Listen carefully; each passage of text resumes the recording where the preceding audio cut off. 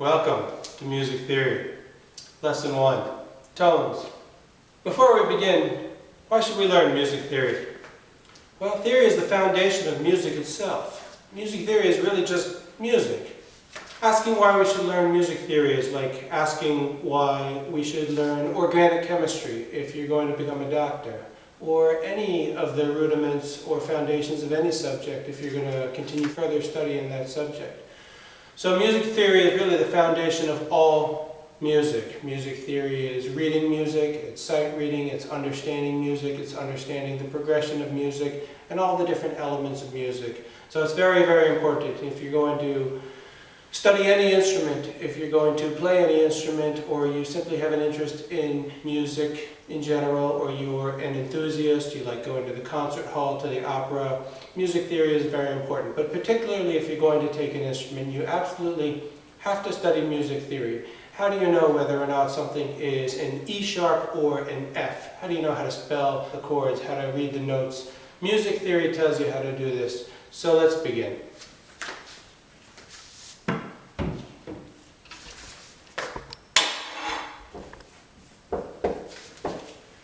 Music is made up of tones. A tone is any consistent frequency that you hear, either in nature or in music. So for instance, this would be a tone. That's one single tone, it's G on the piano. So this is also a tone. Or this. I can bend the tone, like so. Alright, so you can hear all the infinite tones from the bottom tone to the top tone, and that's why we use the word tone. Music is made up of tones, and on the violin you have tones, but if you rearrange the letters in the word tone,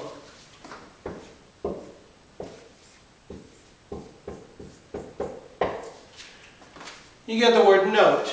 And the word note is a coarse granularity term, and the word tone is a fine granularity term. So for instance, the tones are the notes on the piano. I'm sorry, the notes are the sounds that you hear on the piano, and the tones, for instance, are the pitches that you hear on the violin. Alright, so those are tones versus notes. Now let's take a look at that in a little greater detail. So frequency is scalar. The musical notes are made up of the letters of the alphabet. And the musical alphabet is made up of the letters A, B, C, D, E, F, and G. Those are the notes on the piano.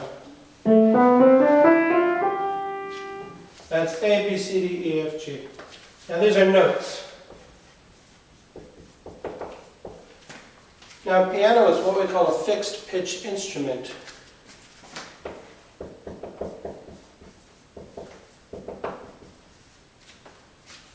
It's a fixed pitch instrument, which means that I can't change the tones on the piano.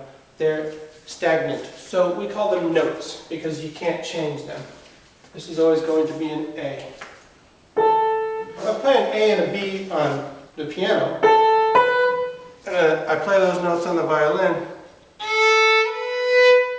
what I can actually do is play the in-between tones between the notes, the A and the B. And so anything in between the two notes is also a note, but we don't give it a name, so we call it a tone. So that's why we have tones. Tone is a finer granularity of the word note, but otherwise they're pretty much the same thing. Notes and tones, these two words are often used interchangeably, but there is a difference. Just think of tones as being able to bend the pitch, and notes as you not being able to bend the pitch. A piano would be a fixed pitch instrument, and a xylophone would be a fixed pitch instrument, but any instrument where you can bend the notes, you're talking about tones. Notes are like time in a certain respect. If you think of a clock, you've got 1 o'clock, 2 o'clock, 3 o'clock, 4 o'clock, 5 o'clock, 6 o'clock. 7 o'clock, 8 o'clock, 9 o'clock, 10 o'clock, 11 o'clock, 12 o'clock. Now, where's 13 o'clock? There is no 13 o'clock. It doesn't exist. That time does not exist. We're not talking about military time here, just regular time. Or you could say 13 equals 1. You just go back to 1. You go from 12 to 1. And when you're going backward, you go from 1 to 12. Well, music is exactly the same way.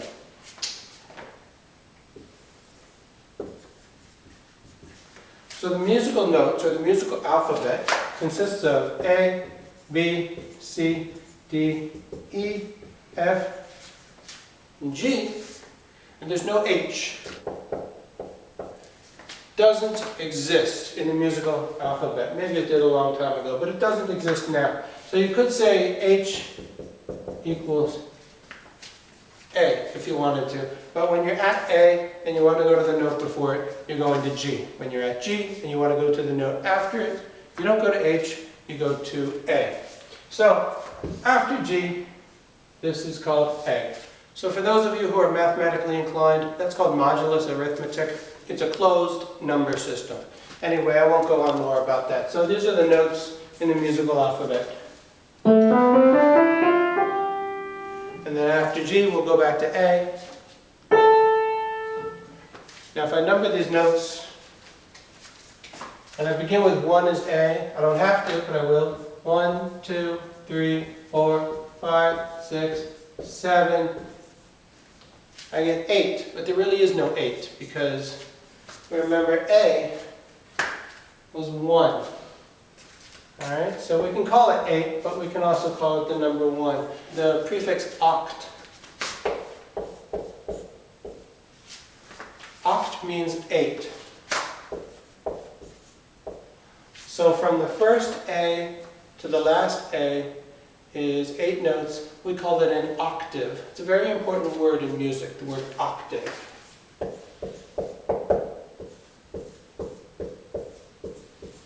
So you know, an octopus has 8 tentacles, so the word oct means 8.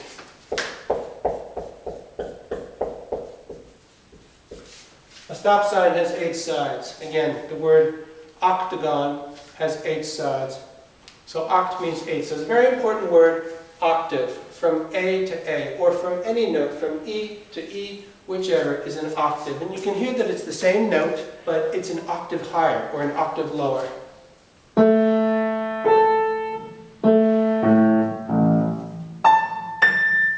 So that's how octaves work, and you can do that with any note. We have to have some way of drawing a representation of a note, but this is how we do it.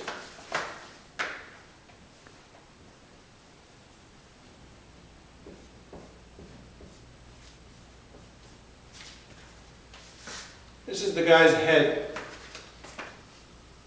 So we're going to call this a note head.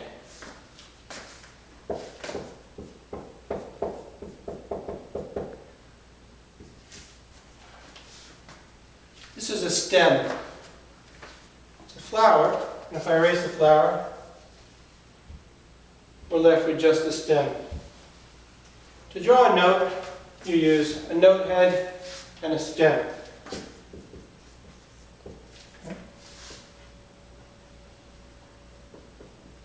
I'm going to fill in the note head and draw a stem. So that right there is a note. Now I can put the stem down, or I can put the stem up. It doesn't matter. When you see that written on the board or on the page, what you'll think in your head is something like this. And that's what that is. Now if I draw 2 of them right next to each other, then we would think of something like this. Okay? So that's how we draw notes. That's how we represent the sounds that we hear on the written page. So very good. That's your introduction to music. We've discussed notes and tones, and we'll see you in the next lesson.